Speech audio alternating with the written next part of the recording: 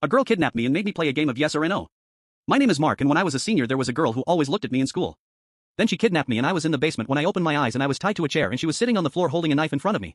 She said, let's play a game of yes or no, you have to only answer yes or no with my questions. Then she asked a question, okay Harry's the first question, did you miss me Mark? Crying I answered, please don't do this, you'll be more painful, just say yes or no. She then kicked the chair I was tied to angrily and I fell backward. She then lifted me up saying she was sorry, then asked again.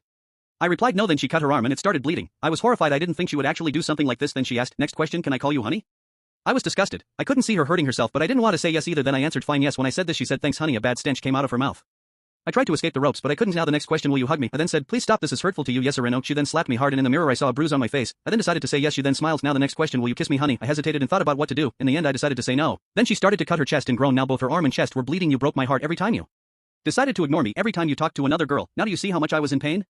I was worried. Now the last question, will you marry me? Then she walked out of the room and came back with a bed. She then dropped it and then she sat on the bed and said marry me Mark. Then she started jumping on the bed. No please stop it. Then she stopped. But something was off, a knife was stuck in her stomach. Then she fell to the ground and said why do you keep saying no Mark? You broke my heart. She spoke with difficulty and closed her eyes. Then I screamed for an hour and passed out. I woke up in a hospital bed surrounded by officers and my parents.